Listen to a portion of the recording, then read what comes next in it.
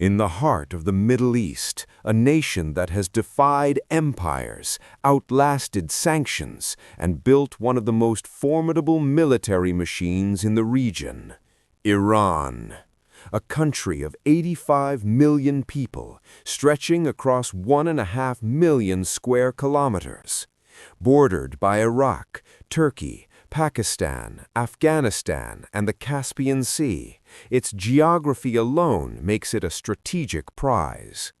But it is not geography alone that makes Iran a force to be reckoned with.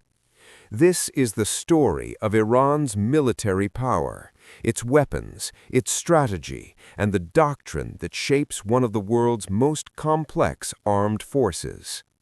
To understand Iran's military, you must first understand that Iran does not have one army, it has two. The first is the Artesh, the Islamic Republic of Iran Army, a conventional military force numbering roughly 350,000 active personnel. They operate Iran's tanks, artillery, naval vessels, and air force. In many ways, they resemble the armed forces of any modern nation-state. But the second force, the one that holds true political and operational power, is something altogether different. The Islamic Revolutionary Guard Corps, the IRGC. Founded in 1979 in the wake of the Islamic Revolution, the IRGC was created not merely to defend Iran from foreign enemies, but to protect the revolution itself from within. Today, the IRGC is a military, political, and economic powerhouse. It controls its own ground forces, navy, air force, and missile program, separate from the conventional military. It commands the Quds Force, Iran's elite external operations unit, responsible for projecting Iranian influence across the region, from Lebanon to Iraq, from Syria to Yemen. The IRGC answers not to Iran's elected president, but directly to the supreme leader, Ayatollah Ali Khamenei. This dual military structure gives Iran extraordinary flexibility and makes it uniquely difficult to confront. If there is one weapon that defines modern Iranian military power, it is the missile.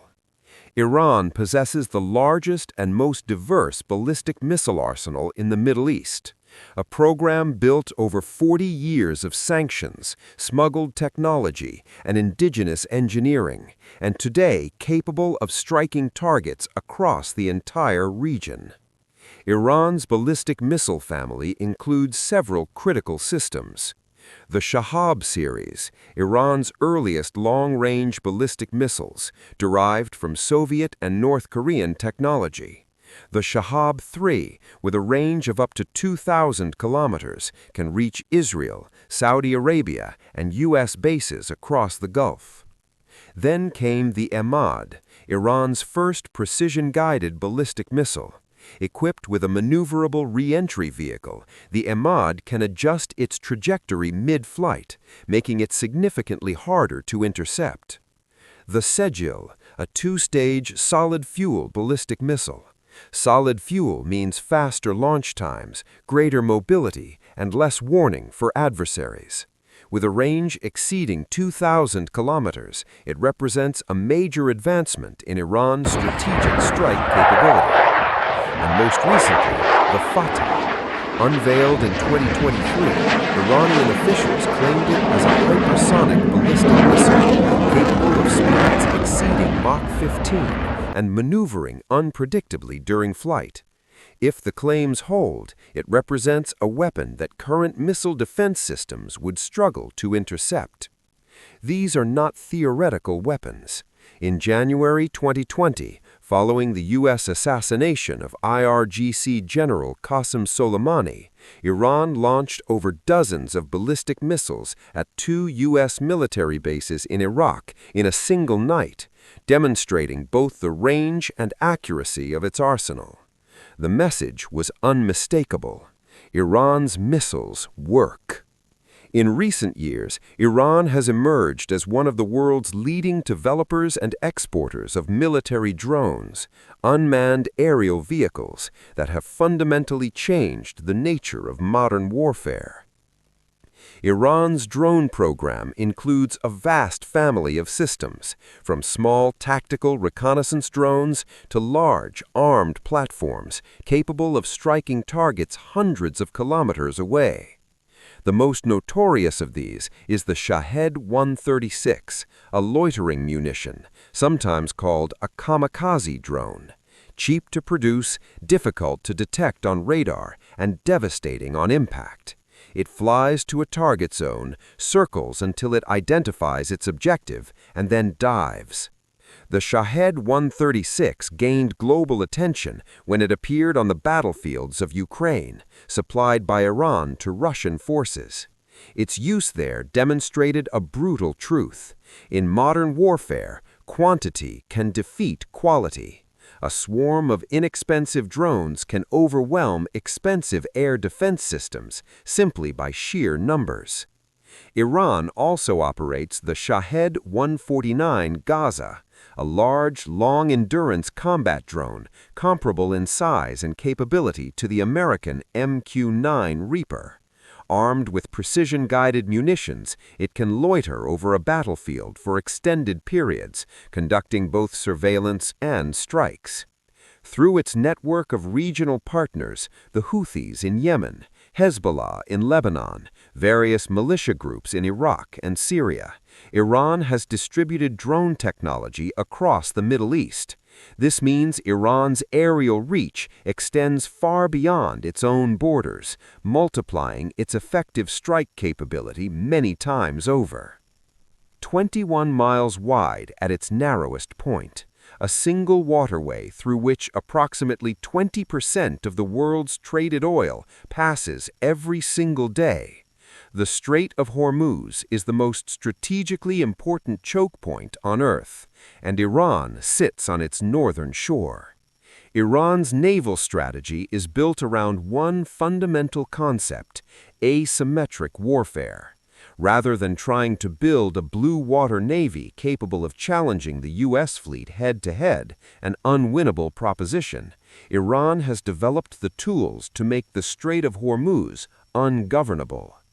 The IRGC Navy operates hundreds of small, fast attack craft, armed with rockets, torpedoes, and anti-ship missiles. In large numbers, these boats can swarm and overwhelm even large warships by sheer volume of fire. Iran also possesses a fleet of domestically produced submarines, including the Fateh class, a semi-heavy submarine armed with torpedoes and cruise missiles. These vessels are designed to operate in the shallow waters of the Persian Gulf, where they are difficult to detect and track. And then there are the mines, thousands of naval mines that Iran could deploy across the Strait of Hormuz within hours of a conflict beginning. The economic consequences of even a partial closure of the strait would be felt in every corner of the globe. Iran has made the calculation clearly. Any enemy that attacks Iran will pay a price not just on the battlefield, but in the global economy. Iran's Air Force is, in many respects, its greatest military weakness. Decades of sanctions have cut off access to Western aircraft parts and new fighter jets. Iran's fleet is aging, a patchwork of American aircraft purchased before the 1979 revolution, Soviet-era jets acquired in the 1980s and 90s, and a small number of domestically modified platforms. The F-14 Tomcat, once the most advanced carrier-based fighter in the world, still flies in Iranian colors, though maintaining these aircraft without access to original parts has been a constant engineering challenge.